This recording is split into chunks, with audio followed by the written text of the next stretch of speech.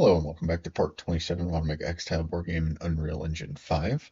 In the last video, we continued along with the econ progression and updated the player card. So, see, we've added supply and keeps to our player card and have that logic running at the beginning of the game. And then after 3 turns, the round ends and it will calculate your new supply and how much additional gold in the beginning, and then update that in your player card. First thing I want to do is what we found in the last video, right, is as you keep going, this widget doesn't go away, and the player doesn't have a way of getting rid of it. So that's going to be the first thing we do is set a little close button, um, and then some logic that maybe gets rid of it at the end of the next round or something like that. And then we'll move into actually starting to buy units, which will be fun. So I'm going to start in our player controller turn-based. And in the last video, we made this function add econ gain widget. So there's one thing I want to change in here. First, we're creating a widget, adding it to the viewport, right, doing all that, but we're not actually saving this as a reference. So what I want to do is we're going to give the player the ability to close it, but let's say for whatever reason they just don't, and then we progress to the next round. What's going to happen is another one of these widgets, the exact same, populate over the top of it. You have 2 widgets overlapping. So I want to prevent that. And we need a reference to this widget to close it anyway. So it's kind of a 2-parter. So off of this create widget, I'm going to right click on the return value, promote to variable. I'm just going to call this WB econ gain. And I don't need this to be replicated. I'm going to move it into my references. Which is a category we made in the last video as well. Then we'll plug this in. I'm going to Alt left click to get rid of that because I want it to come from this. Doesn't really matter, but definitely don't need it added twice. Okay, so we've got that. The other thing I want to do is drag this over to here. I'm going to move this input execute over a little bit, give ourselves some more space. Because the first thing I want to check is we'll drag this in, get, right click into a convert to validated get. And so basically, if this is valid, that means it's already showing up on the screen and we're running this function to add a new one. So if this is valid, what I want to do is remove from parent, so get rid of it, and then come in all the way over here. If it's not valid, that means we don't have this. So then we just continue on. So simple logic, but this will prevent duplicates of this widget from populating. Now we can kind of drag this back over. Whatever, let's keep it over here. Okay. And next, I'm actually going to copy both of these. And let's come back into our event graph. And over here, next to this econ gain WB client, I'm just going to paste this. Then I copy it. Control C, Control V. There we go. And I'm going to create a new custom event. I'm going to call this remove econ gain WB. And this should be replicated on owning client and reliable. And then just plug that into here. Right, so if, again, right, if the widget is valid, get rid of it. Ooh, and the other thing I want to add to the end of this is let's drag out our WB econ gain and then set this to nothing, to null, right? Because if we didn't have this, we just had this, we'd remove it. And then the next time, like what could happen is if it gets kind of screwy and you click it again, and you have a valid widget, but it's not in the viewport, right? It just gets wonky. So this is a good practice, right? We're getting rid of it, so let's just clear the reference. It's a good way to do it. Okay, so should have everything we need in our player controller now. Now let's go into our econ gain. And what we're going to need to do on this border, I'm going to have to make this bigger. Nice 800 probably. I'm going to move this up, maybe minus, oh, whoops, not that, minus 275. Minus 400, keep it centered. Let's close all these. And so then what we're going to do with this vert box, we're going to have to add I'm going to add a size box to it at the very bottom, and then a button, into the size box, and then text. This text is just going to say close, and this button, just center it. And maybe I don't actually need this size box, so I'm just going to right click on the size box and replace with a child, then come back into this and center it. And then this would be button close. Okay. I'm just going to keep things looking somewhat decent. In my widgets, I've got this background paint white. So what I'm going to do in my econ gain on the button, under style, let's open up normal, hovered, pressed, and disabled. There's all these images here. So for these images, I want to use this. So let's drag this in.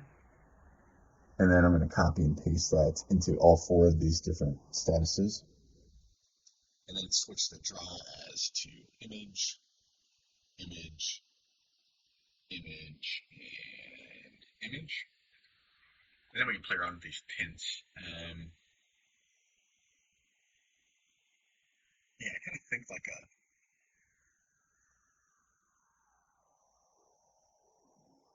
Yeah, something like that I think is fine. Whoops, closed it. A bright reddish, pinkish. Stand up. I'm going to do something too with our text. I'm going to get this a padding of 5. So it just makes it a little bit bigger.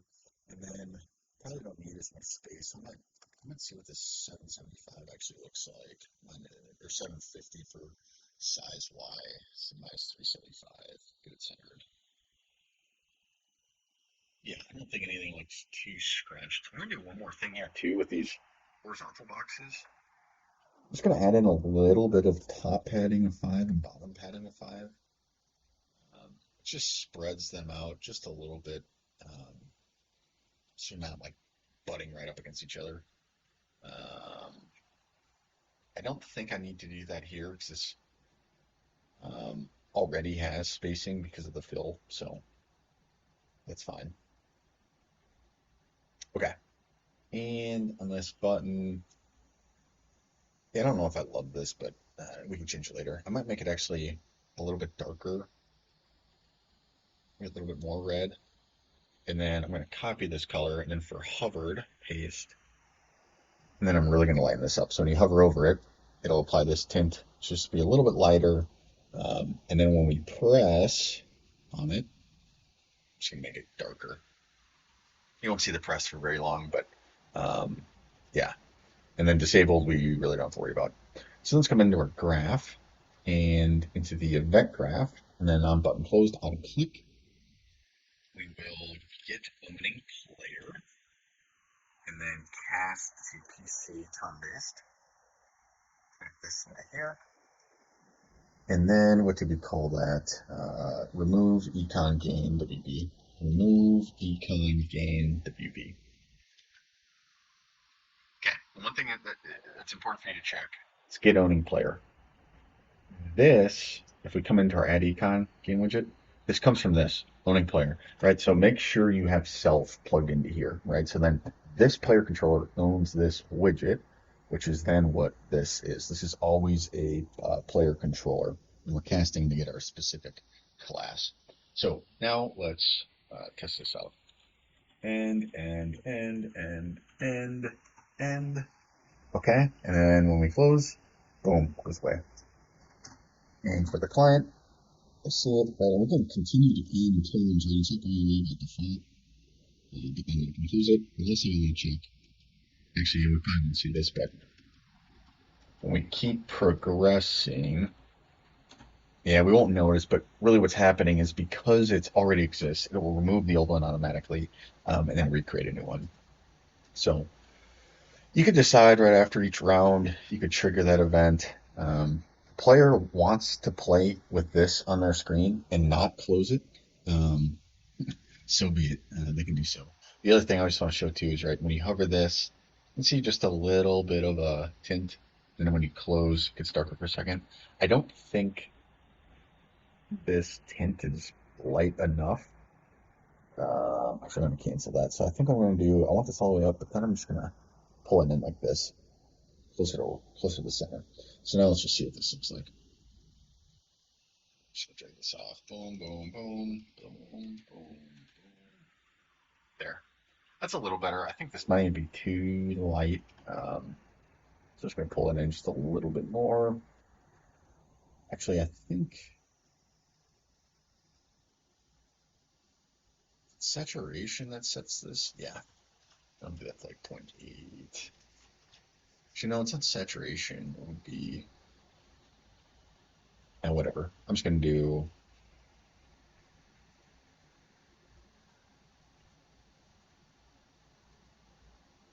Maybe it's saturation. I'm just gonna do something like that. It'll be fine. Okay. Good. So the next thing we want to do then is at any point when you click on your keep, it'll pop up a menu that allows you to buy units, and then if you have enough gold, you can do it. What you can think about for your game is like, do you want to have specified times you can do that? I think for me, whenever it's um, your turn will end automatically after one action, right? Moving a unit, attacking somebody, right? That ends your turn. But at any point during your turn, you could procure more units if you want to, and then move units. Um, right, you might decide that it's either or. You can move units, attack, or buy units. Or you might decide that maybe only during after 3 turns and a round ends, you can buy units. Um, or teach their own, but for me, I'm going to keep it the utmost flexibility um, and see how it works. So the first thing we need to do is make the widget for when you click on the keep. This is the widget that'll show up. That'll show you what to buy or what you can buy, what the cost, all that.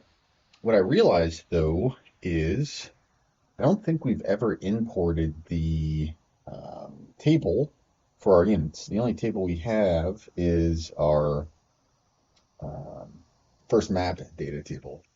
Unless we did a structure. No. Okay. So I'll kind of walk through what I have. Right, so this is kind of my master Excel sheet, and this is what I use for the board game I'm making, Conquest of Kings. Right in here, you can see I've got the map we're using for one, and then I just copy and paste that into a CSV. I've also got this unit tab in here. So for me, in Conquest of Kings, I have a footman, spearman, swordsman, just the way of the tutorial. I also have a horseman and knight.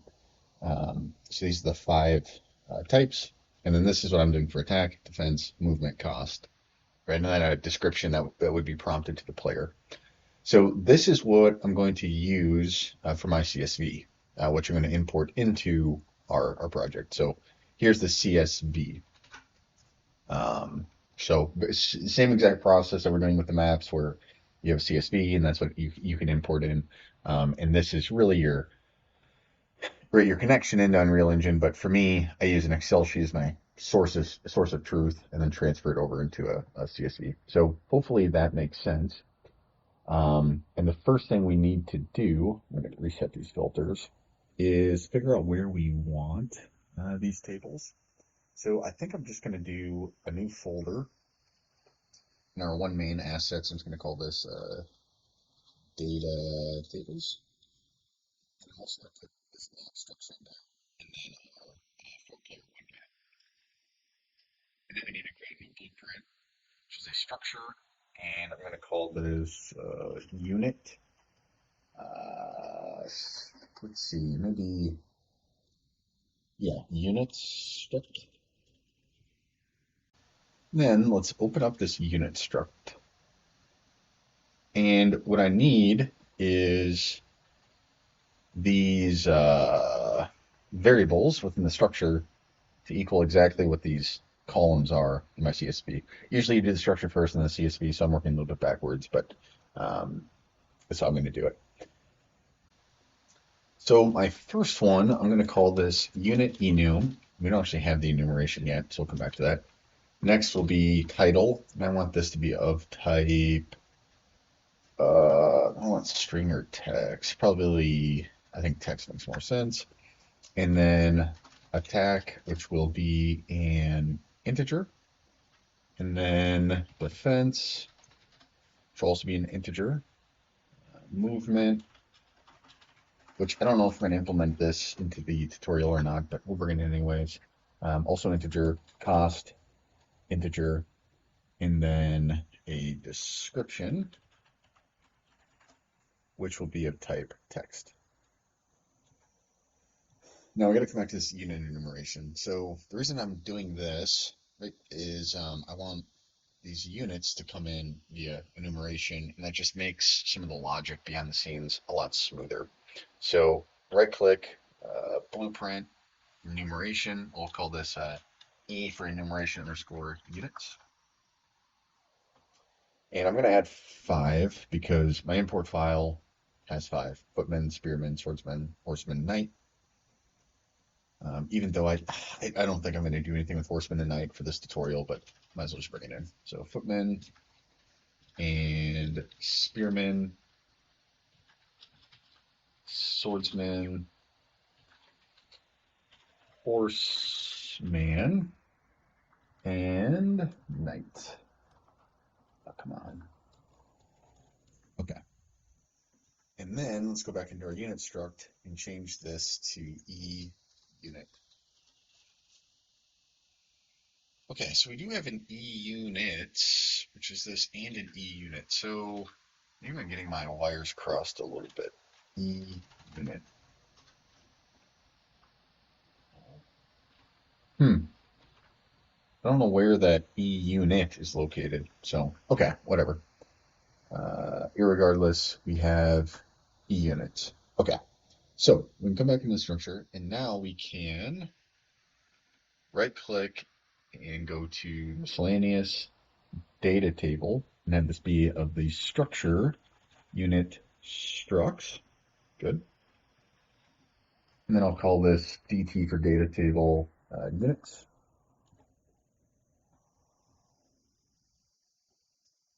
And then re-import, and now we can select a file. So I have this under board game units.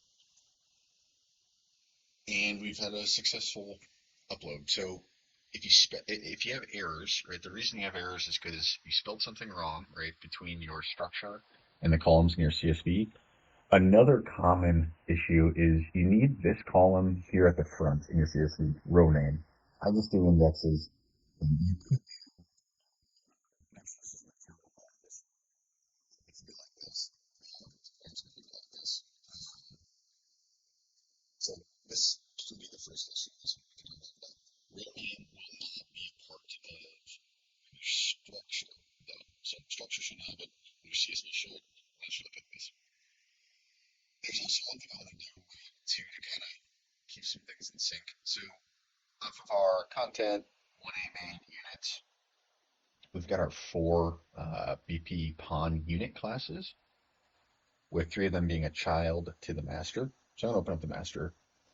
The master currently isn't using this enumeration for anything. And in reality, right, the way we have this work is each of the children sets these variables. I'll just show you. Like at the footman, it's got default of 11111, and the spearman's got default of 1212. Right, this is hard coding these in. This is fine to do it, especially because we don't have a lot of pawns. But if you do have a lot of pawns, right, depending on the type of game you're making, a lot of different unit types, what you might consider doing is having these values drive off of this table, right? So when a unit spawns, it finds its enumeration in the table, and then gets these values and sets it. Some reasons you might do that is because then you don't have to maintain, right? Let's say you got 20 unit types. You don't have to maintain all those. And you decide that you want units to do more damage and you got to go through all of them. So maybe I'll show that at the end, because we only have 3, so it's fine to do it this way. But that's just a good consideration and really the right way to probably do this. But anyways, let's go back to our master. Under this unit defaults, I do want to add this as a variable. So I'm just going to E unit type. And we'll make this E units. That will be the variable type. Compile, save this. I am going to make this replicated, and default of footman is fine. And I'll drag this up. I'm actually just going to put this at the top too. Right, because what I was trying to say earlier is all of these variables could just inherit off this in a data table. I'll show it at the end if anybody's curious. So then let's just go back into our children. This is set as footmen. That's good. This should be set as spearmen. Compile that. And then let's grab our swordsman and switch this. Okay. This really isn't going to drive a lot of logic, I don't think, for the purposes of this tutorial, but I did just want to kind of synchronize this a little bit. And maybe it will. Maybe we will implement something later. Okay, I think I can close this, and this. Okay. So where to go next? Let's start with the widget. So let's go into widgets, and then right click, user interface, widget blueprint, user widget's fine. I'm actually going to improve some of our naming convention. I'm going to start with WB, which is a widget blueprint.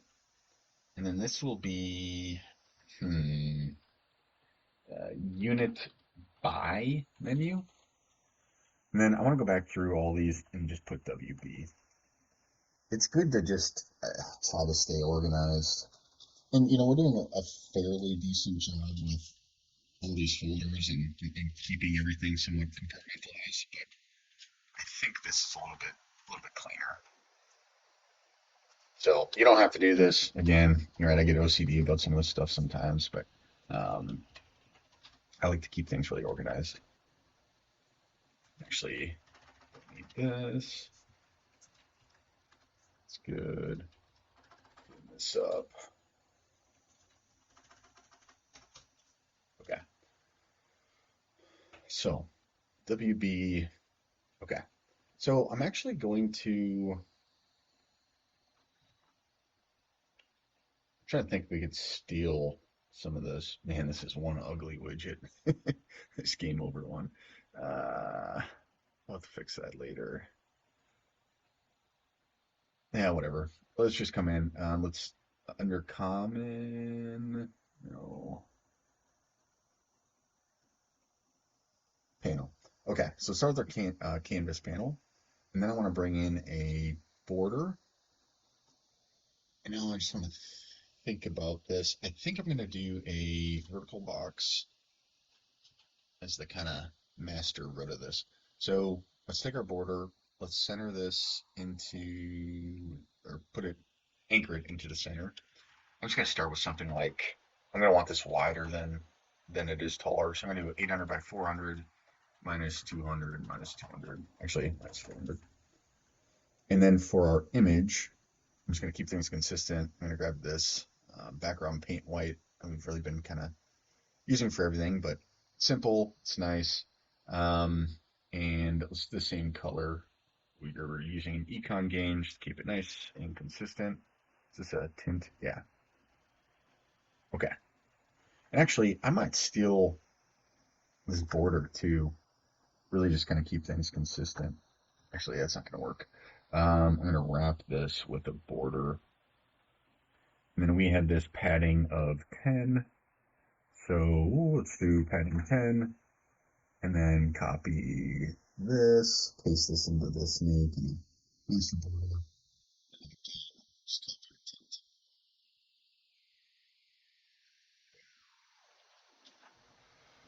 Okay, so basically, and actually one thing I'm going to steal from here is this button close. I'm just going to copy this and paste it into our vertical box. This will eventually be at the bottom. So the way I kind of want this to work is when you click the keep, this widget will pop up, which will allow you to buy units. So I think like a portrait would look kind of nice, and then the stats um, right under it, and then right maybe a buy button. And then when you buy it, I think it just spawns at the keep. Is how I think we do this. So I'm gonna spend a little bit of time just kind of thinking about how I want to structure this, then I'll come back. So for Conquest of Kings, I have this card system that I'm gonna be implementing in. But I made something like this. It's 4 different cards you can play, right, and then this gets filled in. But I kind of want to do something like this for our unit procurement, right? Like, up here would be like a picture of the unit, and then down here would be the stats, and then down here like a buy button. And maybe this is the title. Actually, maybe something exactly like this. So the first thing we need, and I have this in here already, right? Like these portrait pictures, but I'm gonna take some new ones just for the tutorial.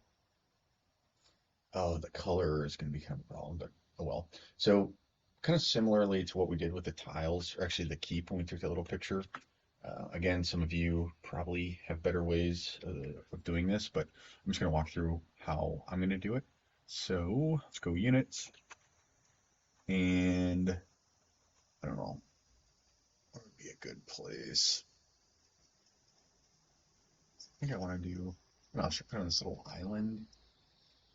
Well, I'm gonna get rid of the background, so I'm gonna go just up in the air.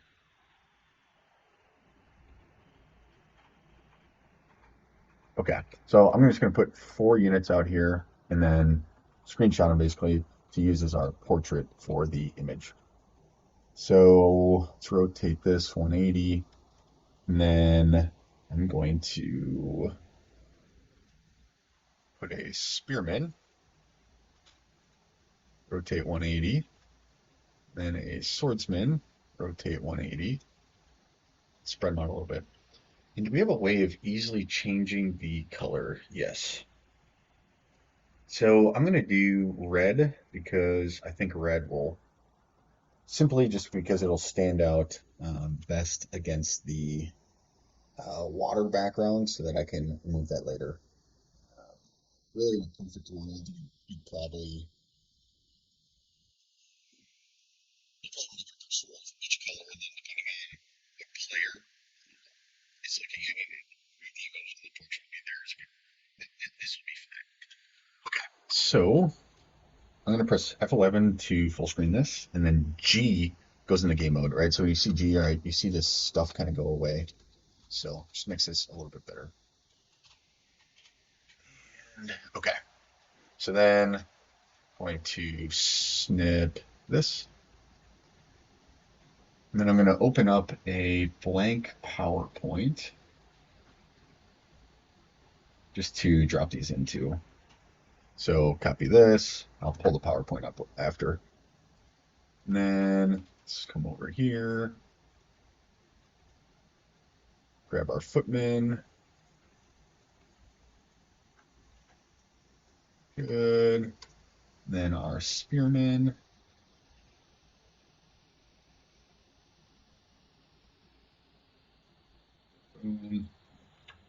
Okay. So now I've got all these in here, and what I'd like to do now is to remove background. Almost went okay. Let's keep this, keep this. Tip of the sword. I don't know how detailed we'll be able to get here. Ah, screw it. Whoops. Definitely keep this part of it. Okay, that'll be fine. Keep changes. Good. And then here, move background. Keep the front. Good. And then remove background. Again, the front and the tip of the spear. Good. Okay, and then I want to crop these. And ideally, like, this is why I say this is not the best method. And, whoops. But ideally, right, you get these kind of scaled to the perfect size. They all match each other's size. We'll do that after the fact, but this is just kind of the quick and easy way I know how to do this. But again, if you know a better way, feel free. Okay, take this and close this. Okay.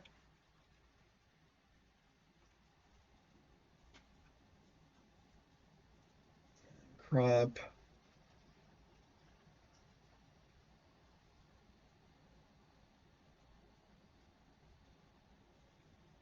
Perfect. And I'm just thinking like the their heights are definitely different.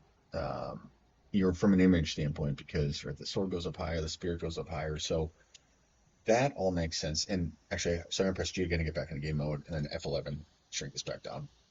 Um, but we definitely want these to probably have the same width because they should have that. But anyways, we'll do that after we save this. So right click, save as, and let's see, board game. I'm just gonna go into portraits, and then I'm just gonna make a new folder that's tutorial, and we'll call this unit. Which one did we click? Swordsman, and then unit footman, and unit spearman. Okay, and then let's go into these, and I'm gonna open this with paint. And what I want to do is click this resize and skew for our pixels. I'm going to actually keep this locked, and let's just make them all have the same horizontal. So I'm going to make 190 the horizontal. Save, close, and then open this up. And again, pixels 190. Save, and open with paint, and pixels 190. Okay, now let's go back into Unreal. And widgets, icons, let's just bring all these into here.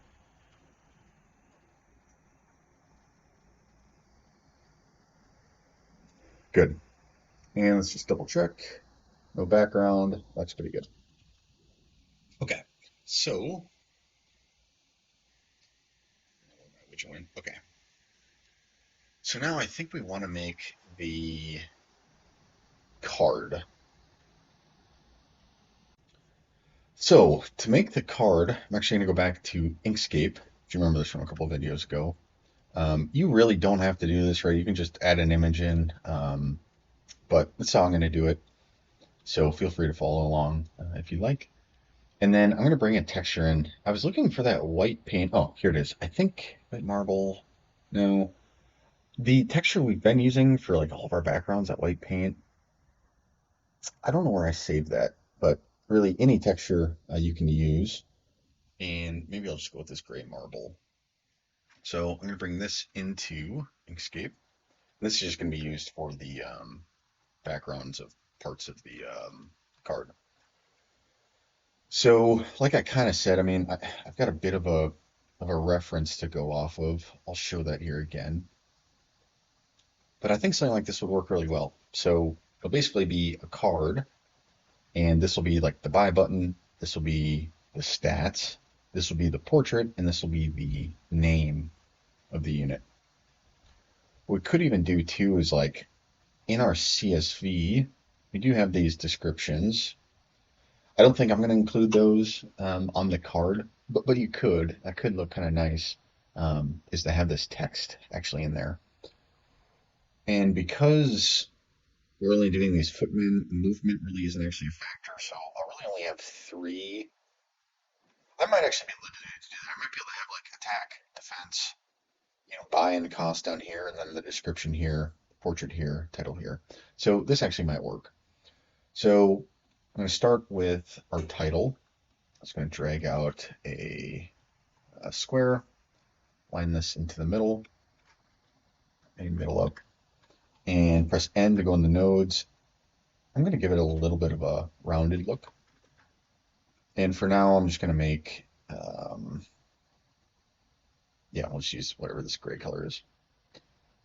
And I'm going to set this width to 140 and a height of 20. Okay, so for this next one, I'm going to hold, if you hold control, it keeps it, like the same shape. I really don't want it to be the same shape.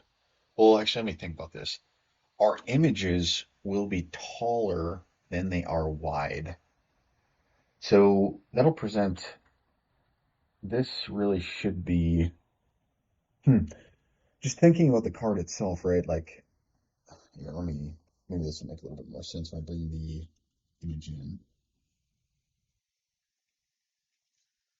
right, this is going to sit like this. So if I make this 140 width, then center it, and this can be scaled down, sure, but this will look really weird in here because all this dead space on the side, for a card. So I don't really know what to do about that for now. Right, this image really isn't that conducive to a good card look. Um, but I don't know. We're just gonna roll with it. I'm gonna duplicate this, bring this down. I think I noticed an issue. Yeah, okay. For whatever reason, opacity was set to 75, so I'm just gonna switch it to 100, 100. And now this piece, actually, I like rounding with round numbers, so I'm gonna make this 885. For this, I'm gonna make this more like 50. So it'll be like attack, defense, the description. That'll be fine. I want to try to get this equal spacing too. So it looks good. And then last will just be our little part at the bottom. We'll make this only height 20. This is 20. And this will be kind of like our buy button. And again, right, if you want rounded edges or not, you do N.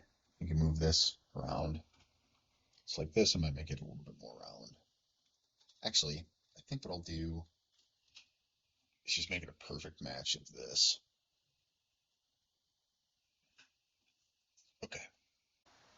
So I thought it might be helpful to actually kind of show what it is I'm trying to do. So this is in Conquest Kings, and I've got this how to play menu, which I'll go to cards. So this is what I'm trying to make, right? These are the cards in Conquest of Kings, but this is the model I'm trying to duplicate, right? So this would be the unit portrait. Right? We'd have some stats here. We could do actually exactly what this is, right? The description, name, stats down here at the bottom, and then a buy button after that. Actually, that might look a little bit better, but I just wanted to provide a visual. And the way this is constructed, if we pull this back up, is the card's got a couple layers, right? There's this black background, and then this kind of actual background, which in Conquest of Kings, it's based off the team color, which could be something we mimic. And then there's the actual card background, which is what we're making in Inkscape right now, is this piece, right? And then we'll make this kind of team color background and then this black outline if needed. So just want to provide maybe a little bit more idea of what the heck I'm actually trying to do here.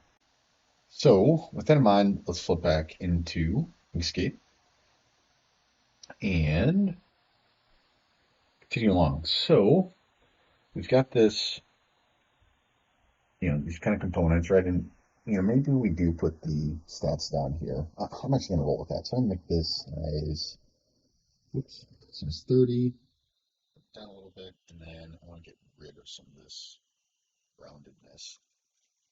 Okay. And just kind of try to keep it somewhat squared. And then align, align, align, align. And I'm going to slide this out of the way. Okay, so now let's apply this background. So the way to do this is first click on each of your objects and do object to path, object to path, object to path. And maybe I'll explain this a little bit, but this is currently an object, right? So it's got, right, right, you can still kind of manipulate it. It's, I don't know, it's still an object.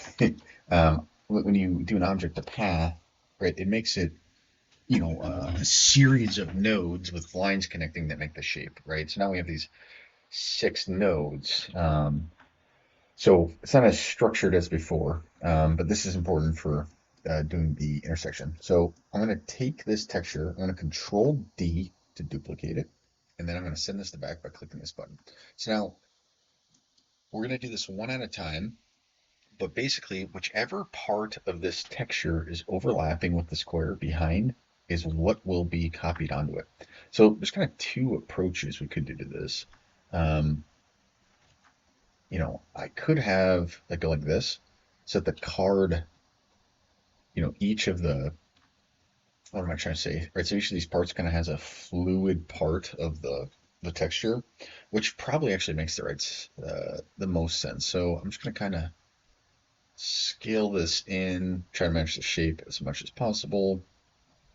And then I'm gonna need to duplicate this 4 times because we have 4 objects. We already have one, so Control D and send it back. Control D, send it back. Control D, send it back. So now what we do is you grab your texture, shift left click your first object, and then go to path, intersection. Actually, I forgot to do one thing. Click on your texture, and then go to object pattern, object to pattern. And now click, shift click, and intersection. There we go. So now let's grab the next one. This will make sense maybe at the end it's overlapping, but object to pattern, this, and intersection. Then grab this one, path, or not path, object, pattern, object to pattern, shift click, and path intersection. And then last one, path, or object, object to pattern, shift left click, path, intersection. Boom. So now our shapes have this texture, at least how it overlapped. And you can see, right, it looks pretty good, right? This little crease goes all the way through. So this is going to be our, you know, kind of components of the card. So I'm going to take all this and then Control G to group it. The next piece I want to do is now make the border.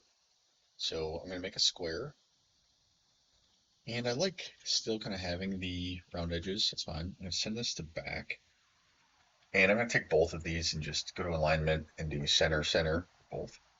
So now you just got to decide, like, do you want a bigger border? Do you want a smaller border? I'm pretty happy with this. I do want to give this a texture, though. So I'm going to come back into my textures. Just kind of see what else I got.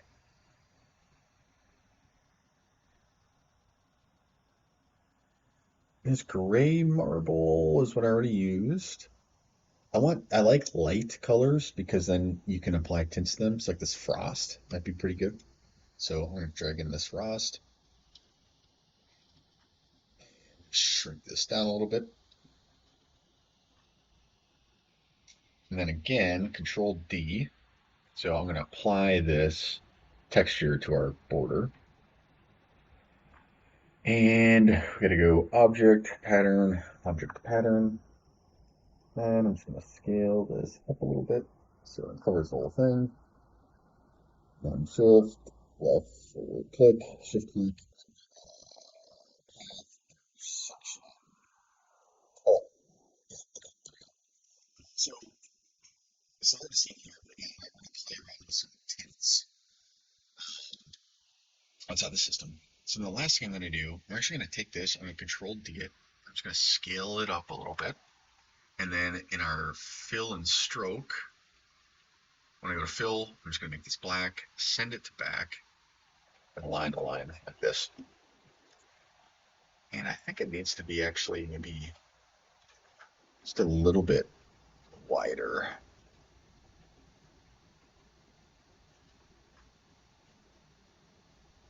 So a little bit more.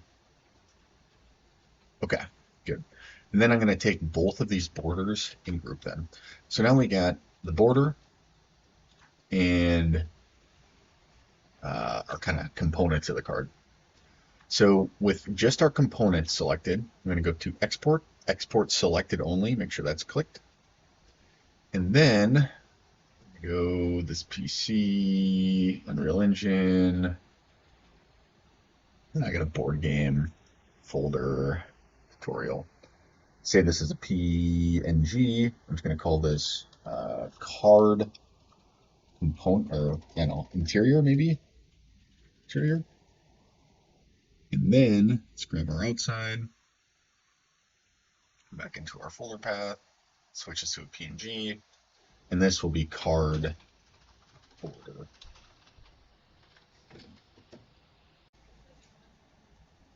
Okay, so now let's see what we got. Good. And let's bring these into Unreal Engine. I'm just going to keep dumping these into Icon, I think. So I'm going to pull up this border first. So depending on the texture you use, right? Like I said, I like using light colors because then tints apply better to them.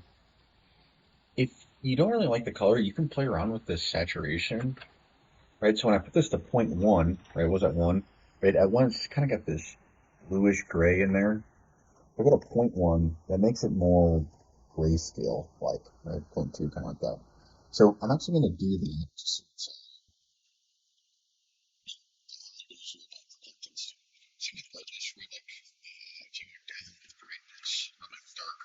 Obviously, so we'll have to figure like 2, 1.5, 1, right? You can kind of play around in here. Brightness curve, yeah. But the higher you make this, yeah, the more distinct things get. So just some things you can kind of play around with. I want these in general to be, right, I like the texture, like the character, but the color is what I just want to get like a little bit more whitish. So cool. Um, and then I think what might actually be easiest in this menu then is let's make a separate widget just to handle the card. So user interface, use widget WB card unit. Let's open this up. And so thinking about sizing right away. So this border is 800 wide. So if we made everything 250, 250, 250, that'd be 750 for each card, 250 times 3. And then you could have a little bit of spacing. So maybe we'll shoot for that and we can make some adjustments later. So I'm going to switch this to custom 250 and then let me go into Inkscape and just kind of get a general idea for the natural scale. This is 160 by 226. So what would that be? 22 divided by 6. Let's see, pull up the calculator. 1.37. So if we have this at 250, it should be about 343 high. So I'm going to do 340. Just to kind of preserve the scaling a little bit is why I'm doing that. So I'm going to start with the border, and then I'm going to add another border. And for this first border, let's grab this, our card border, drop that in. And then for this border, this will be our interior. Oops. We're going to have to apply some padding to this. MA15. And so this is what I was saying with, right, when you make it white, right, it's really easy to start applying some tints versus if it's a black, like a dark color, like our black here, right? This is part of this image, but it doesn't change at all because right, because it's just too dark. So I'm gonna make this, I don't know, like a dark kind of, I don't know, cardish color. I'm actually gonna copy this for our interior and paste it, and then I'm just gonna make this lighter and a little bit closer. So I don't know. This is kind of what I'm going to roll with for now, but we might change this later. So here's the card, and this border, I'm actually going to wrap this in I think an overlay. Yeah, let's do an overlay. And then make this border fill all the way through. So this overlay will allow us to place, it's very similar to a canvas panel. So let's start filling in some text. So let's attach this one to the overlay. And I think, just trying to think the best way to do this. I think this will be fine, but this will be like the unit name. So by default, let's just put in footman, right? And I'm going to go in the search, give it an outline of maybe, whoops, 1. Maybe this font type we will make italic. Then I'm going to center it, and then I'll make some adjustments via padding, 10. Yeah, footman. I think that looks good enough. And then next, let's grab a size box, place it into our overlay, and then within the size box, an image. And right away, let's grab our image selected. Let's just grab our footman, plop him in. That's why we have the size box. So again, I want to, as best I can, maintain proportions. So by default, actually, how well is this going to work? Because we got all of these to have the same width. We got a 326 height, and our footman has a 337, which really doesn't make sense. He should be taller. Spearman 338. Yeah, so this is going to be. I'm trying to think because really, I don't want these stretching. So here's what we're going to do. We're going to come back in Inkscape. I'm just going to drag this over. And I've got our spearman in here. I'm going to bring in my footman and spearman.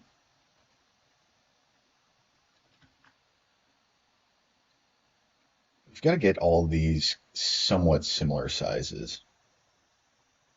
From base to head, at least, right? The swords will be taller, which is fine. But, like, let me bring this to the front. Yeah, so this guy's just obviously smaller. And this is why my method of extracting um,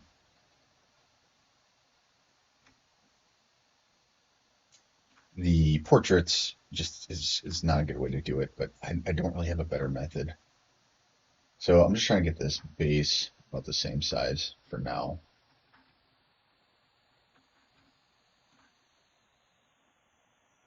There, there, and then,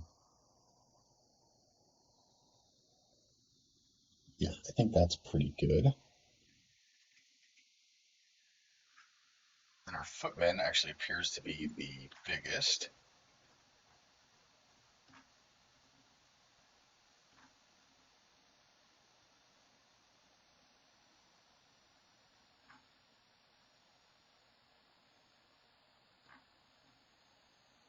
And I'll show you what I'm going to do here, and the reason why I'm doing this, and why I'm using Inkscape specifically for this.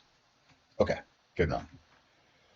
I'm just going to make a square, or I guess more accurately, a rectangle, and get rid of the corners, and then send this to the back. Basically, I'm going to re-export all of these images with this backdrop. And the reason for that is actually, no, this isn't going to work how I want. Well, this could be part of the card. Oh, I got to think about this. I don't want this to look super janky, but it just might. Yes, this isn't going to work. I think really all I can do is try to get these to all be similar sizes, and then deal with any kind of stretching we have, which they don't even align right. Well, like they'll align right when we take a picture, but some are just generally taller than the others. Okay, I think I was overthinking this a little bit. So make a square. I got rid of any corners, right? Just a perfect square. And with a fill, I'll go into fill and stroke, fill completely black. And then take its alignment, center, center. And then take your first portrait, center, center. And make sure all of the portraits can fit in there, right? Then what we'll do is select this and export this. Make it of type PNG, and then save over the top of our spearman. So a little bit of redundant work here, but be better in the long run for it. So again, with this PNG, this was our swordsman. Center line. Actually, now I'm thinking about this, I kind of want, I think it's fine. I was thinking, right, you could have these, right, the unit a little bit more centered with the bottom instead of like perfectly centered, but th this is fine. PNG footman. And now we've got to come back into these and remove the background. But what this will do is, because they're all the same image size, so then we're not going to have any weird distortion, which, because of how I took the pictures, right, it's just the screenshot, I couldn't get perfect, the perfect resolution for each of them. So this way will do that for us. So now, with all those backgrounds removed, and then come back in and select them, import 208 by 344, 208 by 344, 208 by 344. So now we won't have any weird issues, but is this a background now?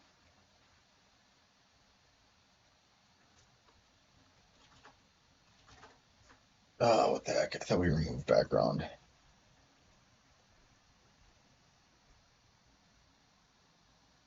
I meant to.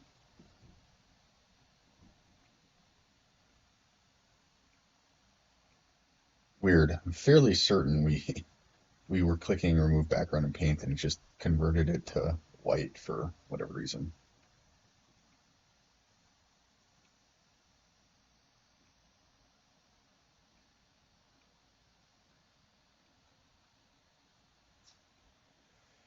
Okay, let's try this again.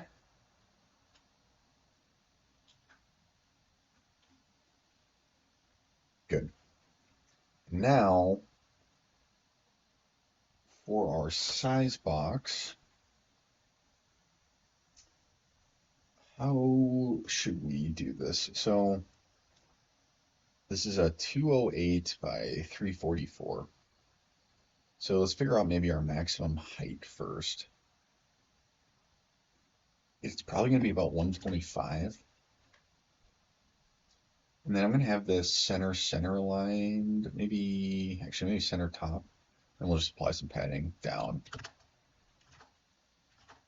60 maybe, 55, 58, maybe 57. Right, gets these lines perfectly.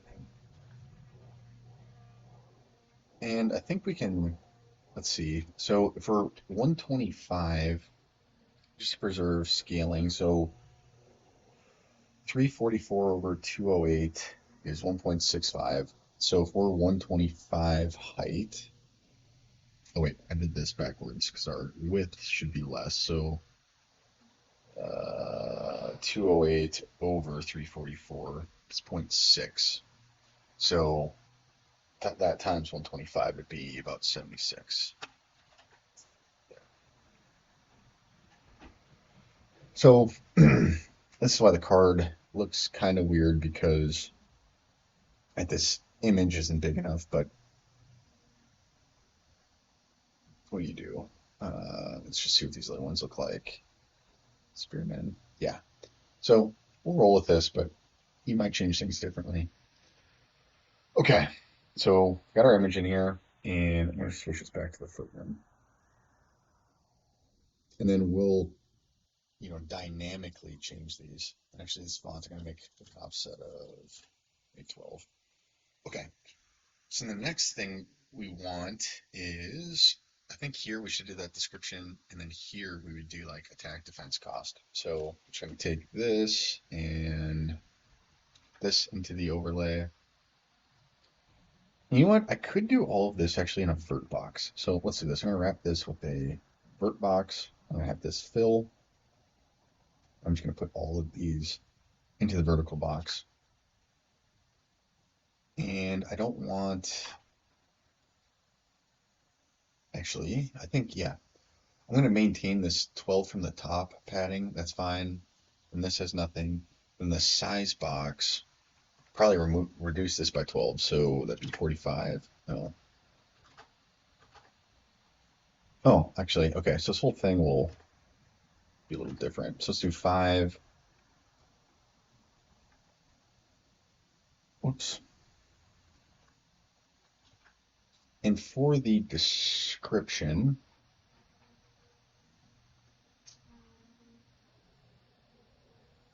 we need to make our font a little bit smaller. On a 18. Well, actually, let's just bring in our footnote description.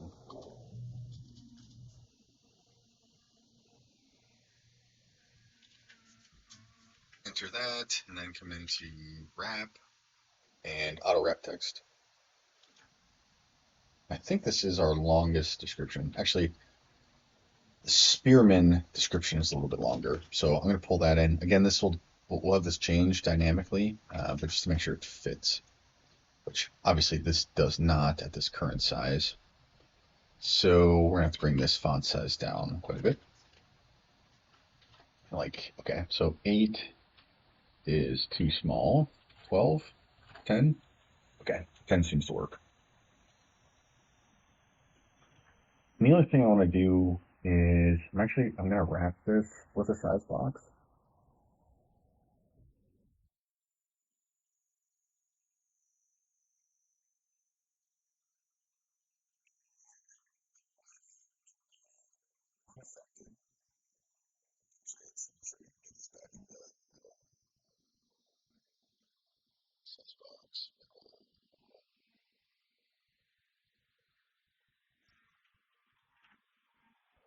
So the reason I want the size box is because the amount of our font, the number of characters within the description will change, right? So then the size will change, but the size box will preserve the height, so then script the scaling of other things. That's why I'm doing it. So maybe 100, 90, 80, 78. Yeah. So 78 then, regardless of any text, it must fit then within the size box. And then this font itself, give this a little bit of padding. I don't know if I need as much off the top and bottom, so maybe 2, 2. But the left and right, maybe need 8 by 8. Yeah. This is a little crowded, so I'm just going to switch this to 9. And I will want this to have a vertical alignment of up. So, why did it do that?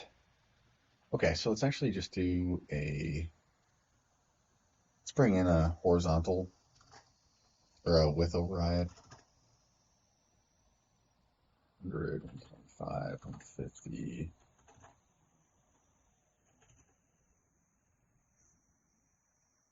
There. Okay. So it just gives me a little bit more control over how much space this font needs to do. Okay, and then last, let's bring in a horizontal box like this. And then this, we can have this. Wait a minute, I think vertical alignment. Yeah, that's fine. Okay, this is gonna have a vertical alignment off the bottom. I'm gonna set this. Oh, so our master vert box, this vertical alignment needs to be all the way down. Fill all the way and fill all the way. That's gonna screw some things up. So this is good, but this should be at auto. And then that pulls this back up.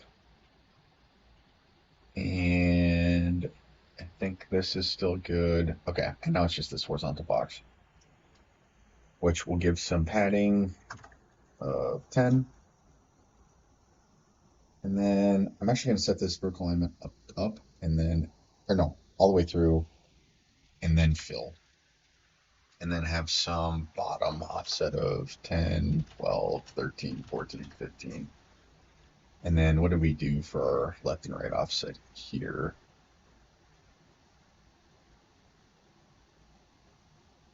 Oh, I didn't do an offset.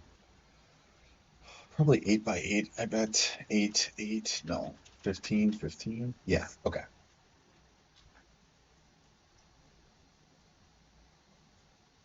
So then within here, we're going to have attack number, defense number, cost number.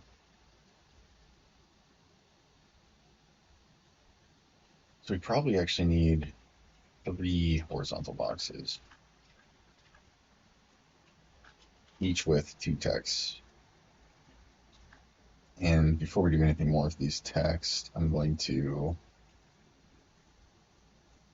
again, do bold italic,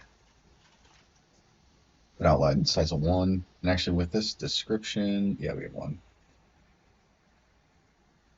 And then maybe make this 12. Actually, instead of a horizontal box, I'm going to replace this with a vertical box. I think this will be a little bit more considerate of our space. So this will say something like attack, and then below it, copy, paste, speed 1. I'm going to make this a horizontal alignment. For both of these, just horizontal middle, in the vert box. I'm going to set this to fill. Then I'm going to copy it, paste it twice more. So attack, defense, cost. Okay, we've got a card, which is really nice. Um, let's just bring those in actually quick. So we've got this vertical box in our by unit widget. I need a horizontal box. Drag this above the close button. Now within here, search WB card unit, and then drag that in. And let's do 3.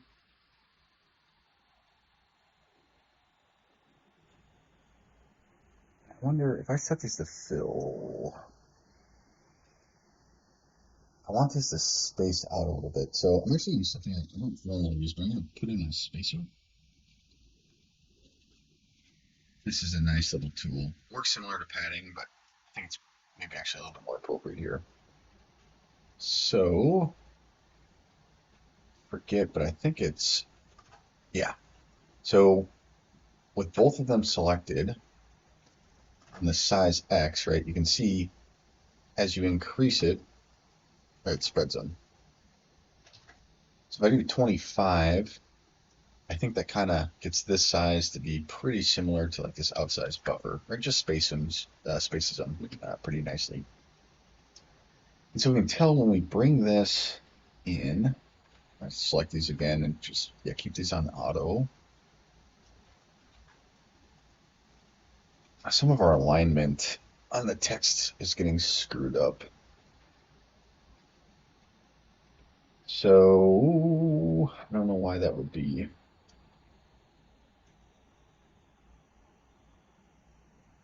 I think this might be too small, maybe. No, I'll do this and bring this into like 10. Yeah, so nothing's changing. 250 by 340. Let me play around with this a little bit and just try to get this a little bit more square.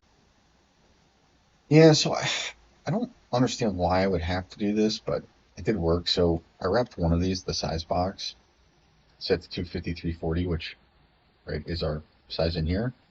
And then it gets us better. So I'm just going to do that for the other two. Wrap with size box. I'm just going to grab all 3. I should have both, if all this checked on. We want 250 by 340 height. And then our border, I can bring this size back to 400, I think. Yeah. No, I can't. Maybe 450. Actually, I'm going to put this probably at 550 because there's one more thing like that. Okay, so here are our cards. I'm just going to add at the front cards horizontal box. Now I want another horizontal box. Add it into our hook box and above our close button.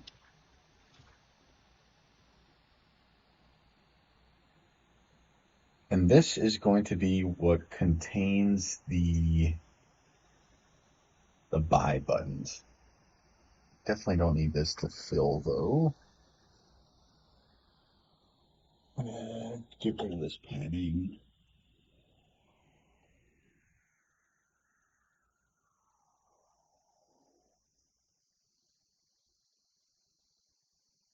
I want that on center. What I'm trying to figure out is this horizontal box should be fill vertical. Yeah, okay, that pulls it to the top. And so this fill vertical or auto. Oh, this is so weird. No, have this set to auto, center, center, and then I think this fill vertical, and then this auto. Okay, hopefully you're able to follow along. I'm just trying to get things spaced correctly. So within this horizontal box, it's at a button, and then under the button will be text. And I'm just going to continue to kind of same method with our buttons. And actually, maybe to do this a little bit more efficiently, I'm just going to copy this, paste it, and I'm going to call this button by Footman. And then I want to change these colors. I think like green, right, is a more natural kind of buying color. So do that. I'm going to copy that and paste it for our hover. Whoops. And I'm just going to make this lighter. And then on clicked, paste, and make that a dark green. And then I'll change this to say buy.